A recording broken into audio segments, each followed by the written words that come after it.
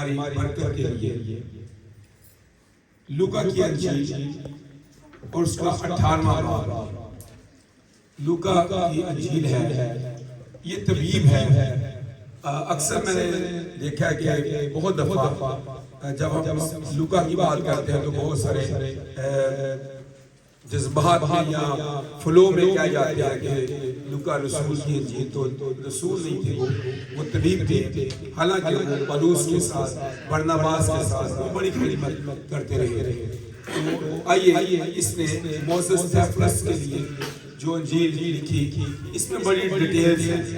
इसमें बहुत बेहतरीन तौर पर शुरू से बयान किया है। आइए उन बातों पर भी गौर करेंगे। 18वें बाब की पहली आयत। फिर उसने इस गरज से कि हर वक्त दुआ करते रहना और हिम्मत न हारना चाहिए, उनसे ये तस्वीर कही। खुदा के कलाम के बड़े और सुने जाने पर खुदा की बरकत हो। जब हम लूका की अंजील का मुताला करते हैं तो इसमें एक चीज बहुत ज्यादा है जो बहुत ज्यादा हाईलाइट की गई है, और मैं समझता हूं कि लूका की तहकीक या उसका मसीह की जिंदगी में इस बात को हाईलाइट करना आज के ईमानदार के लिए वो बहुत ज्यादा जरूरी है। बाकी अंजील के अंदर भी बहुत कुछ लिखा है दुआ के मतलब, लेकिन यहाँ पर हम इस अंजील के अंदर और फिर इसी ने रसूलों के अमाल भी लिखे, तो दोनों जगहों में उसने एक चीज को बहुत ज्यादा हाईलाइट किया और वो दुआ।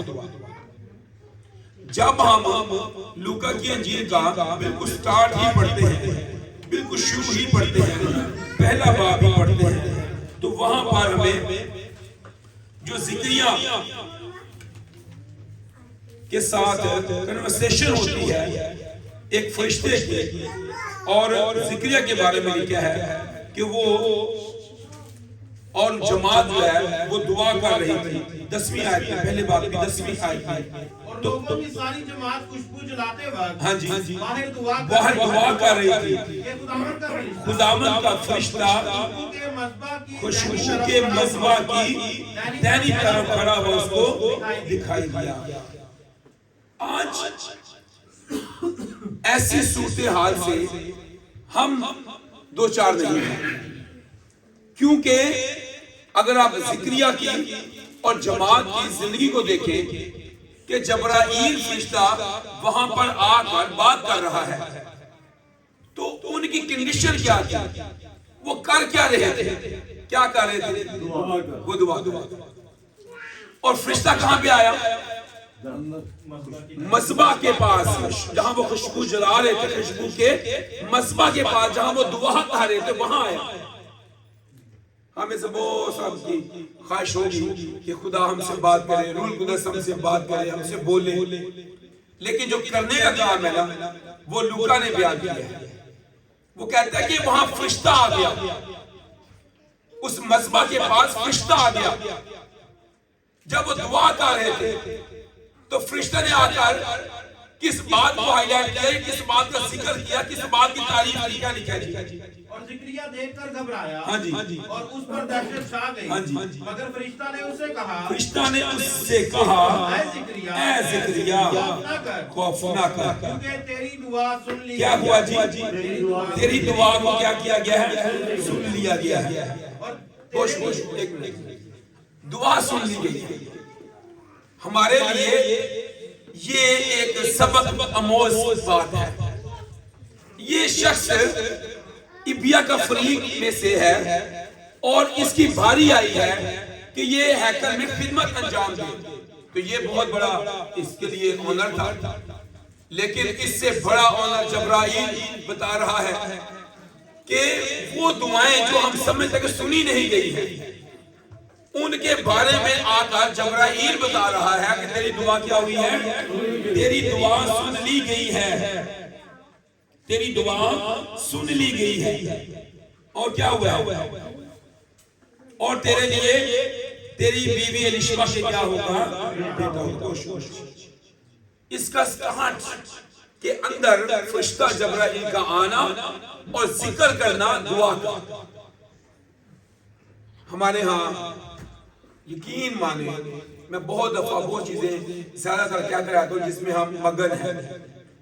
हमारे यहाँ आपस में गपशप लगाने में फैमिली के मेंबर्स बैठे हों, रिश्तेदार बैठे हों, सवेर दे 2 ही भावे बज जान, तुम थकोगे भी नहीं तो तुहानू नींदर भी नहीं आएगी, ना किसी का लक पीड़ होएगा, ना किसी की बांह पीड़ होगी, ना किसी का गोडा पीड़ होएगा। लेकिन जैसे वो दुआ के लिए बैठेगा तो थोड़ी देर बाद भी कर लगेगा प्रॉब्लम होगी, गोडे पीड़ होगी, दांत पीड़, उन्होंने जुमाइयां लग पैणियां, कहनी भी किलो को मुकनी।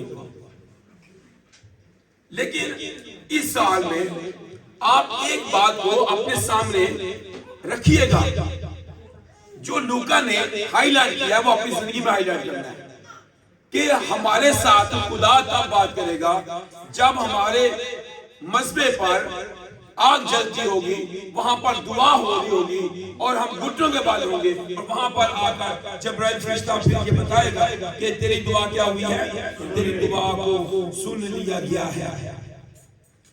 फिर और आगे क्या लिखा, आगे भी पढ़ेंगे हम। हाँ जी, तू उसका नाम यूहन्ना रखना। हाँ जी, और तुझे खुशी हाँ जी, वाकुर्मी होगी जी, और बहुत से लोग हाँ उसकी जी, पैदाइश के सबब से खुश होंगे। अच्छा बहुत। अगर आप तीसरा बात पढ़ेंगे जिनके तीसरे बात भी किसमें आएगी, जो इसने एक और बात हाईलाइट की है। जब 8 दिन पूरे हुए, 3 बात भी किसी, जब सब लोगों ने बपतिस्मा लिया और यीशु भी बपतिस्मा पाकर दुआ कर रहा था। यीशु क्या कर रहा था? बपतिस्मा पाने के बाद दुआ हुआ। यानी यहाँ पर हमें यीशु की जिंदगी में हमें दुआ नजर आती है। इससे पहले भी हमें फनोएल की बेटी नजर आती है, इससे पहले हमें शमस बजरू नजर आता है, इससे पहले हमें मुकस्सम मरियम नजर आती है। इन सब की जिंदगी का एक सबसे अहम पहलू जो था वो क्या था? वो दुआ। अगर आप हन्नाई की बात कर ले तो 84 बरस से बेवा है, हैकल से जुदा नहीं होती, इबादतें दुआएं रोजे रख रही है। हमारा हाल क्या है? हमारा हाल बहुत प्रॉब्लम में है, हम फिक्रों के नीचे हैं, हम बहुत सारी दूसरी चीजों को हाईलाइट करते हैं, उनका जिक्र करते हैं। यीशु भी बपतिस्मा पाने के बाद क्या कर रहा था? वो भी दुआ कर रहा था। और यीशु की जिंदगी का ये सबसे अहम काम है। यीशु ने ऐसा करके इसलिए दिखाया कि वो हमें एक नमूना दे दिया। यीशु अक्सर जंगलों में जाकर दुआ करता था। 5वें बाब में पढ़िएगा। मगर वो जंगलों में अलग जाकर दुआ किया करता था। असि कितने दुआ कर ले, हमारे पास तो जगह नहीं। मैंने एक दफा पहले भी शायद बताया था कि अगर आपके पास कोई अलग जगह नहीं है दुआ की, तो आप अभी तक दुनिया में ही हैं। मैंने एक खादम को देखा था, वो अपनी आबादी से अपने घर से दूर निकल जाता और वो टीलों के अंदर जाकर वो क्या करता था? वो घंटों दुआ करता था। हम कहाँ दुआ कर होते हैं? उत्थे निकले आने, उत्थे ही रोटी पक रही है, उत्थे ही दुआ कर रहे हैं। थोड़ी देर बाद हम अब्बा पैसे दी अम्मा मांग रही है, अच्छा फिर क्या खुदा में तेरा शुक्र है, खुदा में तेरी तारीफ है। फिर के बाद फिर थोड़ी देर बाद बेगम ने कहता फिर मुकालो दुआ, फिर रोटी खा लो। अच्छा ठीक है मैं कर लेता, बस मुकरा लिया। ये सारी की हो रही है दुआ। अदा का ध्यान साडा कमल, अदा का ध्यान साडा, फिर दुआ पूरी नहीं होगी। हमारा स्टाइल यीशु ऐसा होना चाहिए। यीशु जंगलों में निकल जाता और वो तन्हाई में जाता। ये वर्ड यीशु के लिए यूज हुए हैं। वो क्या कह रहा था? 5वें बाब में क्या पढ़ा है? मगर वो जंगलों में जाकर दुआ किया करता था। यानी उसे एक जगह ठहराई हुई अलग। वो शिगिर्दों से भी अलग हो जाता, वो आबादी से भी अलग हो जाता, जहां पर वो अपने बाप के साथ जाकर क्या करता था? 6 बाप की 12वीं आयत में क्या लिखा है? वो जंगलों में जाकर दुआ कर रहा था। उन दिनों में ऐसा हुआ पहाड़ पर दुआ करने को निकल गया और खुदा से दुआ करने में सारी रात गुजार दी।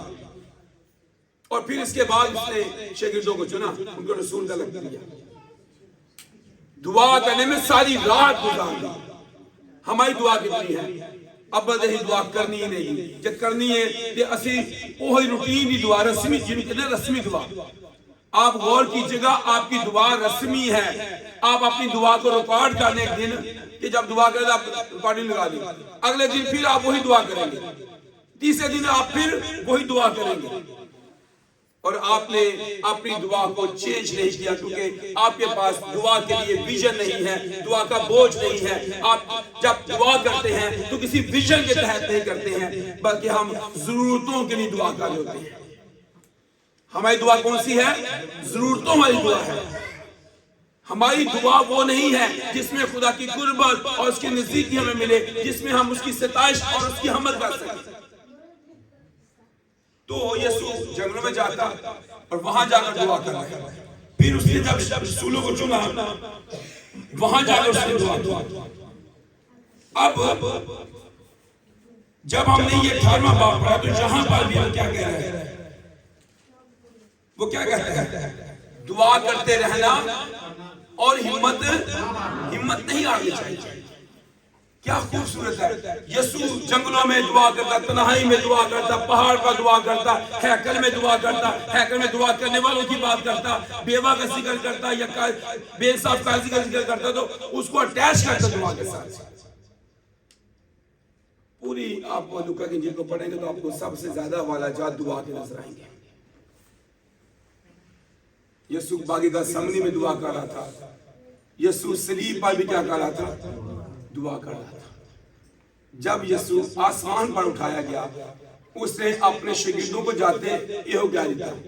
जब तक तुम्हें आने वाला से कुव्वत का लिबास ना मिले।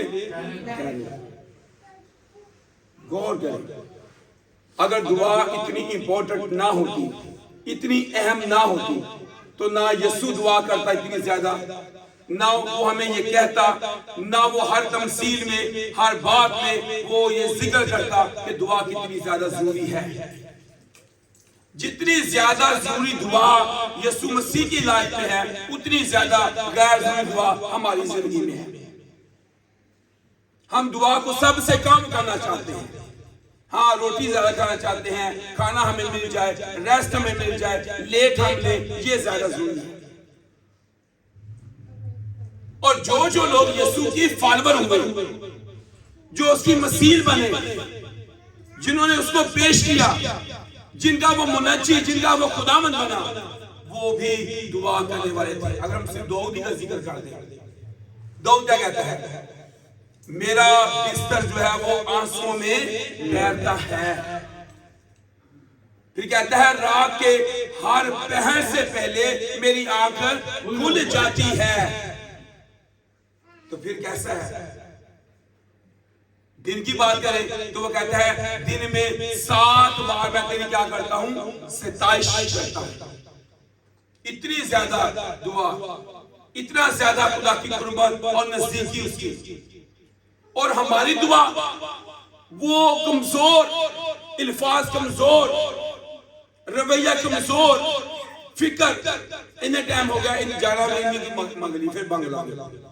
ये जब दुआ करते, ये भूखे प्यासे होकर करते, और दाऊद यही भूख प्यास का जिक्र करता है कि खुदावंद जैसे हिरनी पानी के दानों को तरसती है, मेरी रूह तेरे लिए तरसती है। ऐसी दुआ, भूखे प्यासे। इसलिए तो यीशु तन्हाई में दुआ करता, पहाड़ पर जाकर दुआ करता, जंगलों में दुआ करता, उसकी मुनादी के अंदर दुआ, उसकी तमसील के अंदर दुआ, उसकी खिदमत के अंदर दुआ, और वो निजात के काम को कंप्लीट कर रहा है उसमें दुआ। शागिर्दों को चाहते हैं एक ही बात सिखा दी, वो भी दुआ। उतना काम हमारी जिंदगी में दुआ है। तो जब आप दाऊद की लाइफ को देखते हैं तो वो दुआ करने वाला शख्स है। जो लोग दुआ करने वाले होते हैं वो खुदावंद का दीदार पा लेते हैं। आज मैंने देखा है बहुत सारे लोग जो ईमानदार खास तौर पर हैं, जब से सोशल मीडिया बढ़ी है, जब से टेलीविजन आ गया है, जब से मोबाइल हमारे हाथ में आ गया है, उतना ज्यादा हम दुआ करना कम कर गए हैं। हम रील्स देख लेते हैं, टिकटॉक देख लेते हैं, या आप तो बहुत से गेम्स लोग खेल लेते हैं, लेकिन वो दुआ के लिए वो थक जाते हैं। ये हमारे हाथों को, हमारे घुटनों को कमजोर कर रहा है। तो इब्रानियों खालिद में लिखा है हमें अपने सुस्त घुटनों को क्या करना है? मजबूत करना है। अपने ढीले हाथों को क्या करना है? मजबूत करना है। हम कहां होंगे? क्या अगर आज हम अपने टाइम को किल करने के लिए टोटली टाइम हम बहुत सारी दूसरी चीजों में लगा दें, या गपशप या मोबाइल या मैसेज, जैसे दुआ की बारी आई छोटी दुआ कर, ऐसा नहीं। तो यीशु से हमें ये मिलता है वो दुआ करने वाला। अगर हम उसके पीछे चले तो हमें पता चलेगा कि कैसे वो दुआ कर रहा था, कैसे वो दुआ कर रहा था, उसकी दुआ के अल्फाज क्या और हमारी दुआ के अल्फाज क्या है, हम कैसे दुआ करने वाले थे। जो लोग बड़े उनके पीछे एक चीज सबसे ज्यादा थी और वो थी दुआ। वो दुआ हमारी जिंदगी में दुआ कम है। अब लूका की इंजील के अंदर एक जगह भाई यीशु दुआ कर रहा था, उसके साथ जो ऊपर यूहन्ना भी थे, तो यीशु की वहां पर क्या हो गया? सूरज बदल गई, नौवें बाप में। और वहां पर उन्होंने क्या देखा? उन्होंने मूसा को देखा, एलिया को देखा। तो मेरा ख्याल है कि बहुत चीजें जो हमारी नजरों से ओझल हैं या वो हाईलाइट नहीं होती हैं या हम उनका दीदार नहीं कर पाते हैं, तो उसका सबब दुआ की कमी है। दुआ की कमी है। अगर हम दुआ करने में लोग हों तो फिर ऐसा करेंगे। अगर हम पुराने अहदनामा के ईमानदारों का जिक्र करें, जिसमें अब्राहम आता है, जिसमें नूह आ जाता है, जिसमें इसहाक आता है, याकूब आता है, ये क्या करने वाले थे? ये दुआ करने वाले थे, मसबे बनाकर दुआ करते। और हमारे यहाँ इसी चीज का फुकदान है। हमारे यहाँ और चीजों का बहुत ज्यादा रिवाज है और इस चीज का फुकदान है। हिजकिय्याह बादशाह की उम्र कितनी बड़ी? 15 वर्ष। उसने किया क्या? दुआ की। हमारे यहाँ क्या है? फुकदान है। जिन लोगों की जिंदगी के अंदर मौजज़ात हुए वो दुआ करने वाले, उनके घरानों के बरकत पाई वो दुआ करने वाले, खुदा ने उनको बुलाया वो दुआ करने वाले, उनकी जिंदगी में मौजज़ात हुए वो दुआ करने वाले, उन्होंने सल्तनतों को ज़ेर दिया वो दुआ करने वाले, वो खुदा के नाम को जलाल देने का सबब बने, वो कौन थे? दुआ करने वाले। दानियल को जब पता चला कि ऐसा ऐसा हुक्म सादर हो चुका है कि बादशाह के सिवा किसी से नहीं मांगना, कोई और मबूद नहीं हो सकता, तो उसने अपनी खिड़की को जो यरूशलेम की तरफ खुलती थी उसे खोल दिया और दिन में 3 बार दुआ करने लगा। क्या वो खिड़की अगर बंद होती तो मौजज़ा हो सकता था? क्या अगर आपकी खिड़कियां बंद हैं, जो कानों की खिड़कियां हैं, आंखों की खिड़कियां हैं, अगर वो खिड़कियां बंद होंगी तो शेरों के मुंह खुले रहेंगे। आप गौर करें कि इसके पीछे कि जैसे उसने वो खिड़की खोली, जैसे दुआ के लिए मुंह खोला, शेरों के मुंह तब बंद हुए। अगर हमारी जिंदगी के अंदर ऐसी खिड़कियां बंद हैं, हमारे मुंह बंद हैं, हमारी दुआ बंद है, तो फिर शेरों के मुंह खुले हुए। यहां पर इससे पहले कि आप शेरों की मान में डाले जाए, आपकी दुआ शेरों के मुंह को बंद करती है।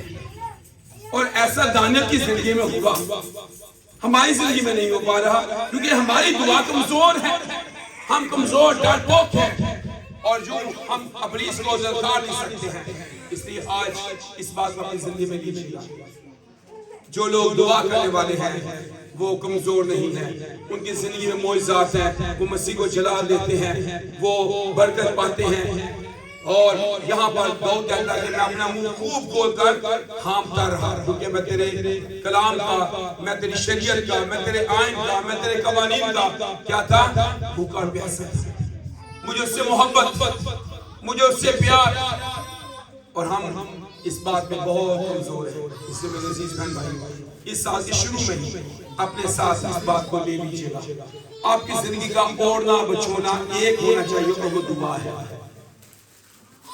पढ़ना भी बहुत जरूरी है, पर दुआ इससे भी ज्यादा जरूरी है। यीशु ने इसी लूका की इंजील में उसको पढ़ने के लिए भी दिया गया। वो हैकल में जाता है, इबादत खानों में जाता, पर ज्यादा नहीं लिखा कि कितनी दफा वो इबादत खानों के अंदर जाकर हवाले पढ़े या कलाम पढ़ा। हाँ, दुआ की बहुत ज्यादा बात की गई, जहां वो दुआ करता रहा। तो हमें अपनी जिंदगी में सबसे ज्यादा जरूरी चीज जो है वो दुआ है। अपनी जरूरी खुराक से ज्यादा इसको जखीरा करना जरूरी है। दुनिया की खुराक रोटी से ज्यादा इसका जखीरा बहुत जरूरी है। और बहुत सारी बातें हैं, लेकिन इस पर हम एक बात अपने अंदर समोलें कि इस साल में मुझे सब चीजों से ज्यादा क्या जरूरी है, मेरा वक्त मुकर्रर होना चाहिए। मैं तन्हाई में जाऊं, मैं अलग बैठ कर दुआ करना। खुदा इसका दुआ कीजिए।